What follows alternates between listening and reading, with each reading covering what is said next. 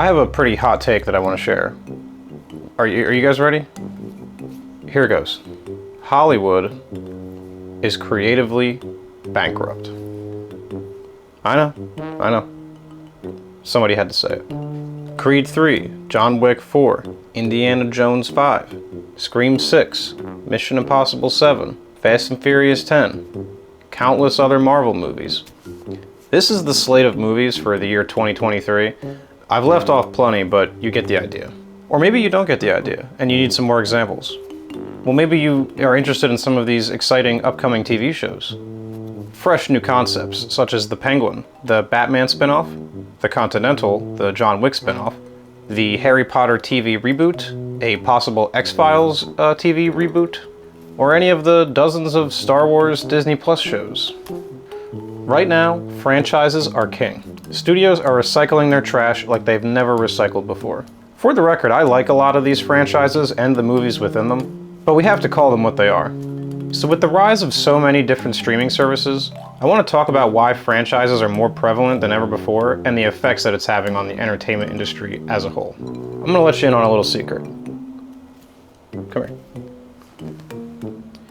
General audiences don't like things they don't know. Change scares them. They aren't cultured like you and I. It's this ideology that's allowed me to enjoy things like Beau is Afraid, which is decidedly something I've never seen before, as well as enjoy something like Guardians of the Galaxy 3, which it is a good movie, but it does very much feel like something I've seen before. Being well-rounded when it comes to movies and TV is one of the many joys of life, which if you're me, there aren't that many. Kidding, but not really. I would encourage more people to go out and watch that weird independent movie that they've heard about. Life is too short to just watch the things you know are safe. However, there is a case to be made for people who say that life is too short, and you can't waste time on things that might not be life-changing. Our time is valuable, and I get that. But for me, that exploration of media is what makes things so fun.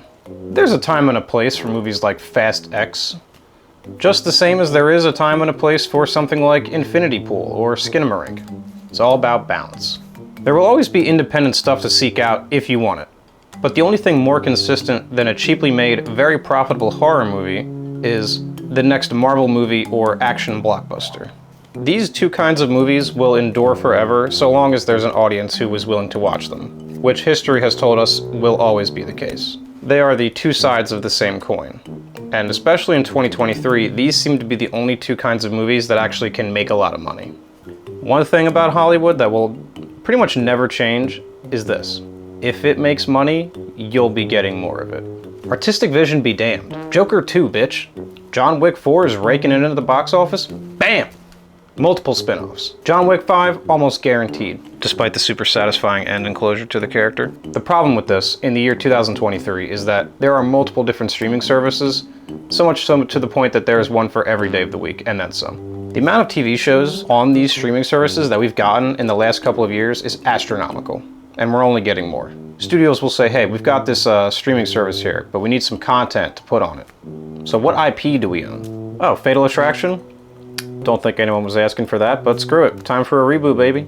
Media is all so fragmented now. In the early days of streaming, when Netflix was pretty much the only one in the game with zero competition, everything was just on Netflix. Like literally everything. Nowadays, every studio wants a piece of the pie, so if you want to watch The Office, as well as something like Stranger Things or Cobra Kai, you've got to pay for 2 streaming services, minimum, which is not really conducive to a feasible media budget for most people. This leads to a lot of people sharing accounts or getting their media in ways that are less legal than streaming services. More streaming services, more original content for those services, more monthly fees. It's just media overload. Rather than things going straight to VHS or DVD, the modern day equivalent is going straight to streaming. Studios have no faith in something, so they dump it on their platform where it'll be, maybe talked about for a couple days, maybe a week, and then something new will come along and it'll replace it, and it'll just be a cycle that goes on and on and on and on. There is just so much content out today. And the word content is really the apt way to put it, because that is how I see it, is just content. Something created with the sole intent of filling a quota or meeting a deadline or something like that. Not something created by an individual, but a product of a boardroom meeting. Now, this isn't to condemn streaming or some shows that are streaming based in these franchises that I've talked about, because some of it is actually quite good. It's all relative. There are movies that go to theaters that suck. You know, I'm not saying one is better than the other, just by nature. You know, you might know somebody who thought like Fast and Furious 9 was their favorite movie when it came out that year. And I think that's pretty cool. Like what you like, but as with most things, I would encourage you to enjoy it in moderation. Sometimes it's important to cleanse your palate with something low budget or genre bending or something foreign that requires you to watch it in subtitles. In the age of franchises, I think it's more important than ever to use all this media at our fingertips to try to discover something a little more, you know, off the beaten path. If you're like me and you've seen all your favorite childhood things get a return and become homogenized for a younger audience, hopefully you've also realized that as we age, things that used to be made for us are not really being made for us anymore. And I actually think that's a good thing. I think it's okay. I'll always have my childhood versions of that thing that I used to love, and the new versions will be there for kids today.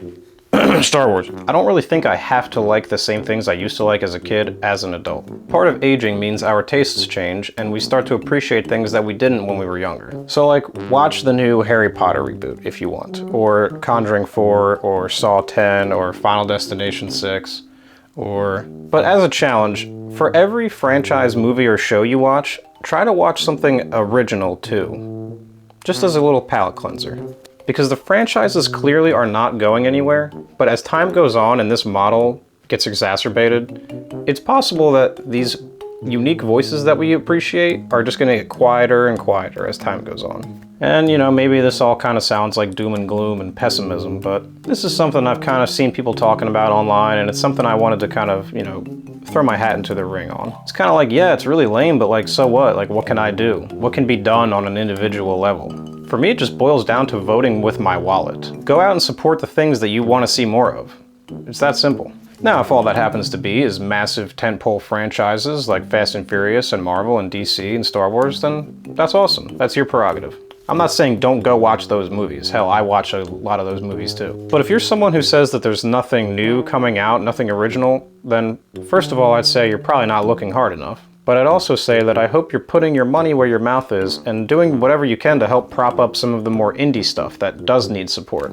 So to kind of tie it all back around to streaming services and franchises, for as popular as so many of the big streaming services are, there's a lot of other ones that don't really get the shine that Netflix and Hulu and HBO Max do. Or I guess it's just Max now, I don't know. Services like Shudder and the Criterion Channel are both well worth their price tag and contain hundreds of hours of cinematic discovery. So with that said, I'll kind of just leave you with my mission statement, which is just to go out and discover. Watch new things. Branch out. Get out of your comfort zone. Stop watching The Mummy starring Brendan Fraser and Rachel Weisz over and over and over again. You know, I say to myself in the mirror. It's super important in this climate where so much of what is new feels exactly the same. Go left when everyone else is going right. I think you'll be glad you did. Anyway guys, that's about it for me today. This video was all over the place and I tend to bounce around from thing to thing, but hopefully this was coherent. Ultimately, with videos like this, my goal is just to make some kind of point on something that I have strong opinions on. All I can do is just hope that it connects with some of you and maybe we can have a discussion about it. So with that said, drop a like, subscribe if you're into that sort of thing, and leave a comment in the comments about how you feel about all of this. And remember to take care and watch more movies.